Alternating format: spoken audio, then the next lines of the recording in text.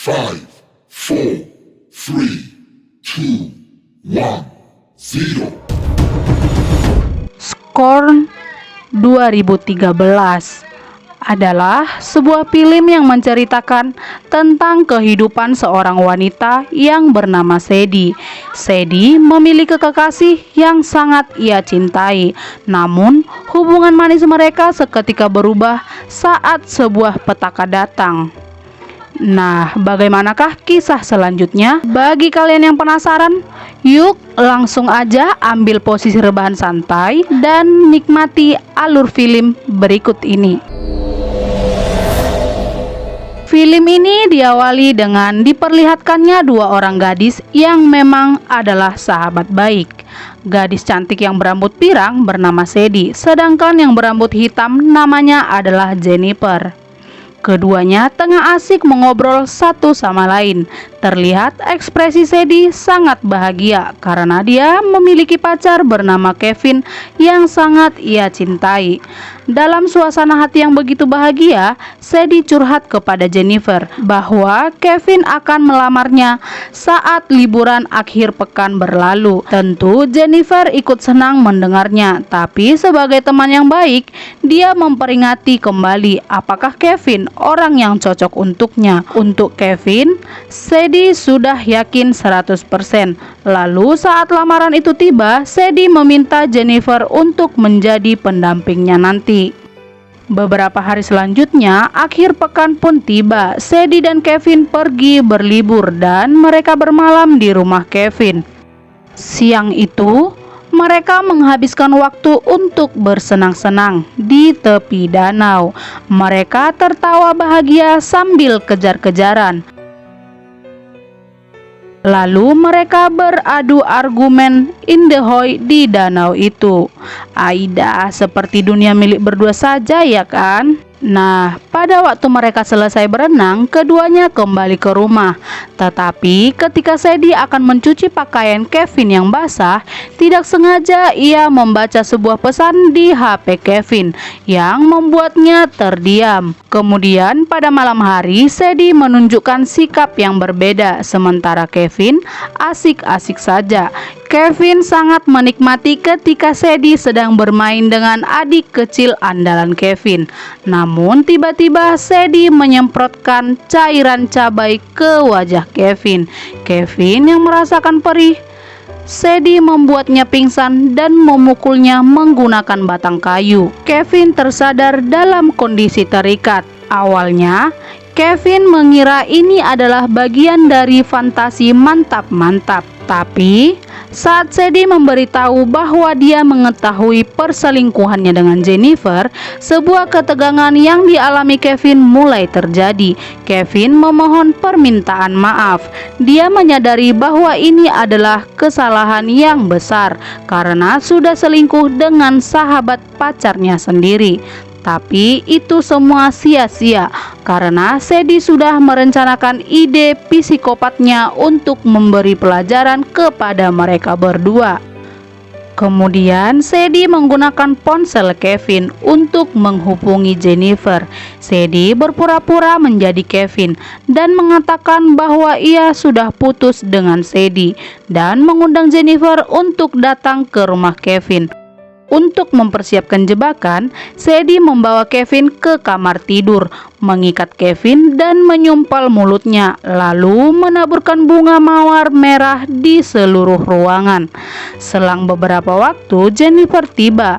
Dia langsung tertuju kepada bunga mawar dan mulai mengikutinya.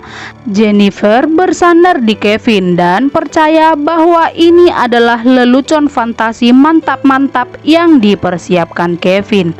Tiba-tiba, Sadie melumpuhkan Jennifer dari belakang. Ketika Jennifer siuman, dia tersadar dalam kondisi di bak mandi bersama Sadie. Di sini, Sadie bersikap baik. Ia berusaha membersihkan Jennifer untuk Kevin. Sementara Jennifer menangis dan minta maaf kepada Sadie.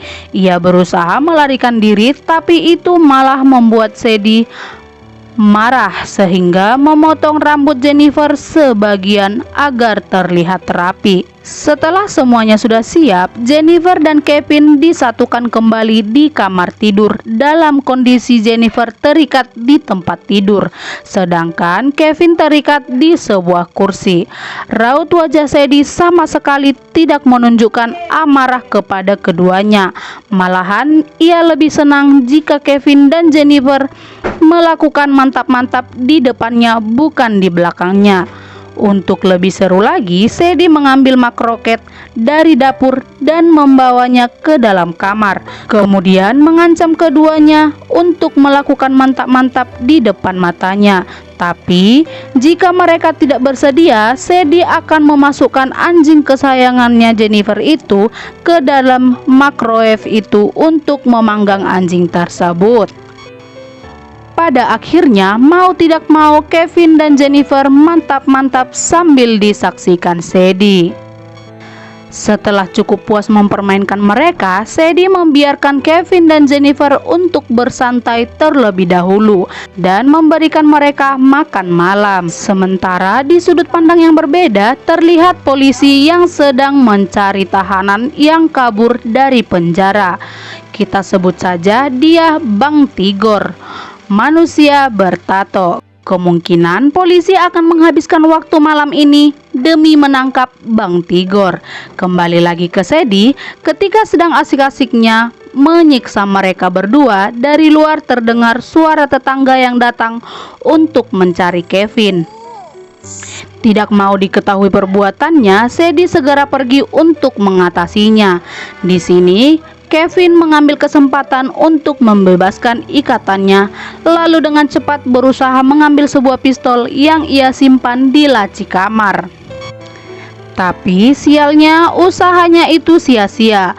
Pelarian Kevin sudah diperhitungkan oleh Sadie dan pistol itu sudah diambil oleh Sadie. Akibatnya, Kevin yang mencoba kabur, Sadie memberikan hukuman kepada Jennifer agar ia tidak ikut melakukan hal yang sama seperti Kevin. Sadie dengan tega mematahkan jari tangan Jennifer menggunakan alat penjepit. Sedangkan pada Kevin, Sadie mulai menyiksanya dengan meletakkan sebuah balok di antara kedua kaki Kevin. Kemudian dia memukul dengan palu sehingga membuat satu kaki Kevin patah. I'm sorry, baby. Namun tidak berhenti di situ, Kevin kembali dibawa ke kamar untuk diikat kembali dan meletakkan sebuah alat ke matanya yang berfungsi untuk mengaliri aliran listrik yang dapat membakar matanya sehingga membuat Kevin hampir buta. Sadie cukup puas, lalu kembali lagi kepada Jennifer. Rasa sakit Jennifer akibat jarinya patah merasa tidak tahan menerima penderitaan lagi. Dia memohon ampun, tapi Sadie malah curhat tentang kehidupannya di masa lalu. Terungkap jiwa psikopat Sadie ternyata sudah mendarah daging dari sejak dia masih anak-anak. Dulu Sadie memiliki seorang adik perempuan. Waktu itu orang tuanya memelihara seekor anak anjing kepada Sadie, tapi anjing itu lebih menyukai adiknya dan membuat Sadie kecewa, sehingga dia nekat membunuh adiknya dengan menenggelamkannya di kolam renang. Sadie tidak mengakui kalau dialah yang membunuh adiknya. Akibat dari kelakuannya itu, Sadie mendekam di rumah sakit jiwa sampai dia berusia 18 tahun.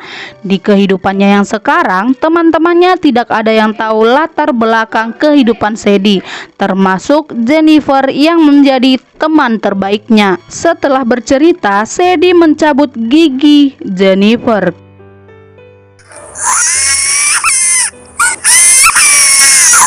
Kemudian untuk mengakhiri hidup Jennifer, Sadie membawa Jennifer ke sebuah danau. Rencananya Sadie akan membuat Jennifer tewas tenggelam di danau. Tapi saat Sadie sedang sibuk menghidupkan perahu, Jennifer berhasil melepaskan diri dan memukul Sadie dari belakang. Sekuat tenaga, Jennifer melarikan diri sampai akhirnya dia dihentikan oleh Sadie yang memang bergerak cepat menggunakan mobil. Di tengah perjalanan, Jennifer membuat pengakuan palsu bahwa ia sengaja menjadi pelakor hanya untuk memisahkan Kevin dan Sadie. Tujuannya hanya ingin bersatu dengan Sadie karena Jennifer mencintai Sadie. Mendengarkan pengakuan itu, Sadie terbawa suasana, hampir saja berhasil menipu Sadie. Tapi bodohnya Jennifer malah nekat melompat keluar dari mobil yang memang tengah melaju kencang, sehingga membuat dia terluka. Sadie lalu turun dari mobil dengan penuh kekesalan. Dia mencekik Jennifer. Namun ketika Sadie kembali ke mobil mengambil kunci untuk menghabisi Jennifer, tiba-tiba dia dipergoki oleh 2 orang polisi yang memang sedang berpatroli untuk mencari tahanan yang kabur tersebut. Sadie panik dan gugup, tapi ia berhasil mengatasinya dengan cara membuat alibi yang bisa meyakinkan polisi.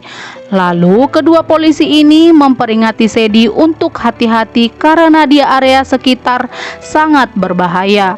Terdapat buronan yang berkeliaran. Sadie yang baru saja lega tiba-tiba melihat Jennifer muncul dari balik semak.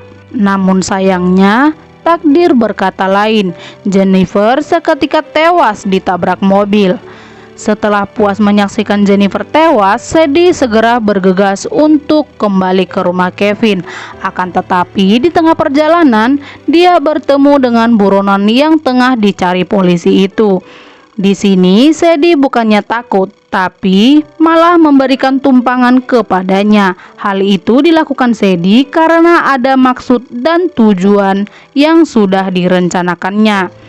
Sambil mengemudi, Sadie merayu Bang Tigor dan mengajaknya mantap-mantap. Namun malangnya setelah mantap-mantap, Bang Tigor harus membayarnya dengan nyawanya sendiri yang harus mati di tangan Sadie dengan cara menembak tepat di kepalanya. Untuk menyempurnakan rencananya, Sadie membutuhkan jasad Bang Tigor dan membawanya pulang. Selang beberapa waktu, tepat saatnya Sadie berada di rumah, Kevin berhasil meloloskan diri dari ikatannya. Ia sadar bahwa tidak memungkinkan untuk kabur. Pada akhirnya terjadilah perkelahian antara Sadie dan Kevin. Dengan keadaan Sadie yang terluka, Kevin memanfaatkannya untuk kabur masuk ke dalam hutan. Namun Sadie tetap kuat dan berhasil menemukan Kevin. Hingga pada akhirnya terjadi lagi perkelahian antara Kevin dan Sadie. Awalnya Kevin hampir berhasil menghabisi Sadie menggunakan baling-baling mesin kapal. Tapi sialnya malah Kevin yang terjerat tali tambang kapal itu, sehingga Kevin tersangkut di baling-baling mesin kapal, sehingga membuat Kevin tewas seketika. Setelah semuanya sudah berakhir, saatnya Sadie untuk mengatur adegan sesuai rencananya. Sadie akan membuat alibi kepada polisi bahwa kematian Kevin disebabkan oleh Bang Tigor, dan dirinya akan mengaku bahwa Bang Tigor telah memperkosanya. Agar sandiwaranya berjalan dengan mulus, Sadie nekat mematahkan jari tangannya menggunakan alat penjepit. Setelah semuanya cukup, Sadie menghubungi 911. Lalu selang beberapa waktu polisi pun tiba. Sadie menceritakan semuanya sesuai rencana dan dia mengaku terpaksa menghabisi Bang Tigor karena dalam kondisi terancam. Mendengar keterangan itu, tidak ada satupun polisi yang curiga. Malahan Sadie diberikan apresiasi karena telah berhasil membunuh buronan. Setelah itu, Sadie segera dilarikan ke rumah sakit untuk mendapatkan perawatan. Setelah Sadie sembuh dan kembali ke kehidupan normalnya, diperlihatkan bahwa Sadie sedang berada di tempat makan bersama pacarnya yang cukup tampan. Mereka dilayani oleh seorang pelayan yang memang terlihat menggoda. Saat si pelayan itu pergi, saat itu juga dia mendapatkan pesan rayuan dari seseorang yang tidak lain adalah pacar Sadie. Dan film pun selesai. Film yang cukup menegangkan ya guys. pesan dari film kali ini adalah untuk para lelaki, sayangilah wanitamu, jangan pernah sakiti mereka. Karena kalau pacar kalian psikopat, maka nasib kalian akan sama seperti Kevin ini, guys. Oke guys, sampai di sini dulu alur film kita kali ini. Dan sampai jumpa di alur film selanjutnya. Bye bye.